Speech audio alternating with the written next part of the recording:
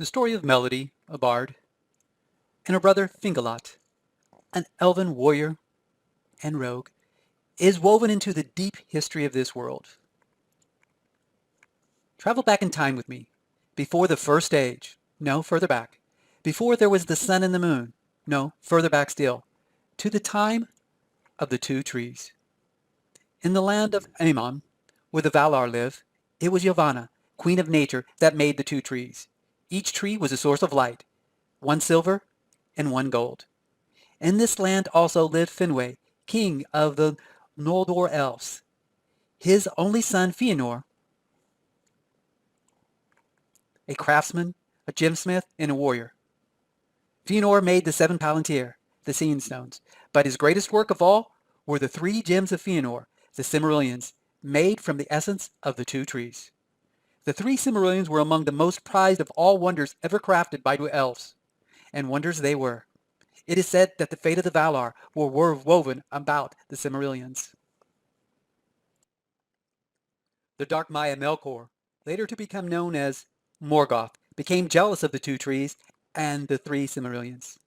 With the help of the giant spider Ungoliant, they chopped down the tree, and Ungoliant sucked out the life of the two trees. Morgoth then murdered Fëanor's father Finwë and stole the three Silmarillions. Hence, the last remaining light of the two trees were contained in the stolen gems. Morgoth fled into the northern lands of Middle-earth, where his ancient fortress resided. Fëanor was furious with Morgoth. He and his seven sons swore oaths that would they take back the Silmarillions at any cost, and they would wage war against any being that withheld a Silmarillion from them, be they friend or be they foe. In the lands of Middle-earth, where Morgoth now lived, when Middle-earth was still young, Thingol was the first Telerian elf in existence. While traveling through the forest, he met a Mayan lady, Melian.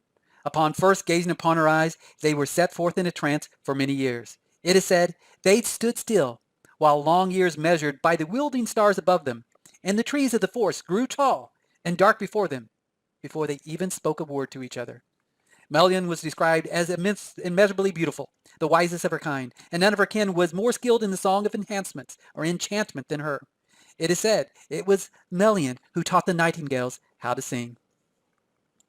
After a time, Thingol and Melian married, and they had a daughter, and her name was Luthien.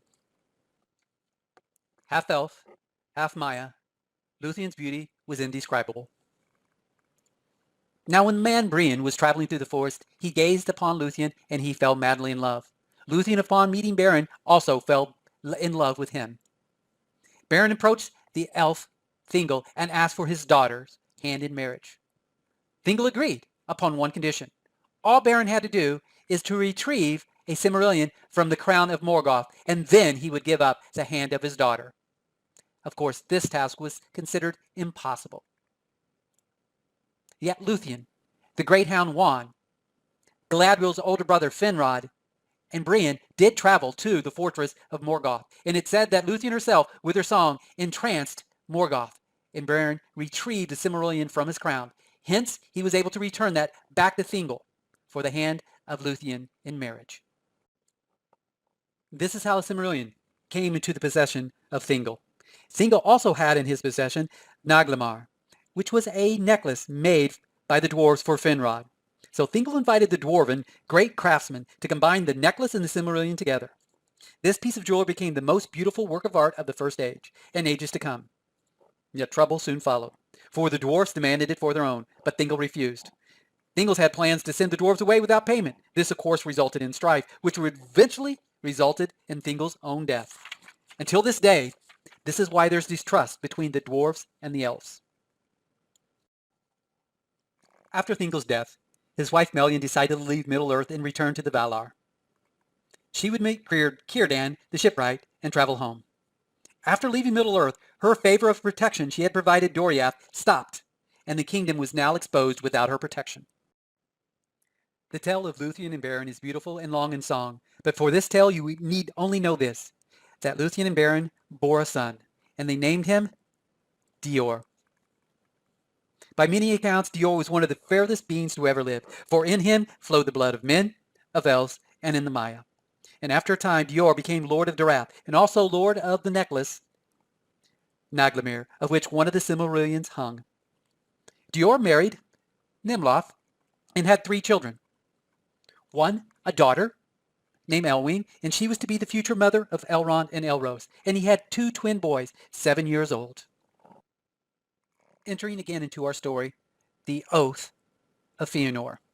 When the 7 sons of Fëanor learnt that a Silmarillion was in Darath, they attacked. Yet Dior was very powerful, and he slew 3 of the sons of Fëanor.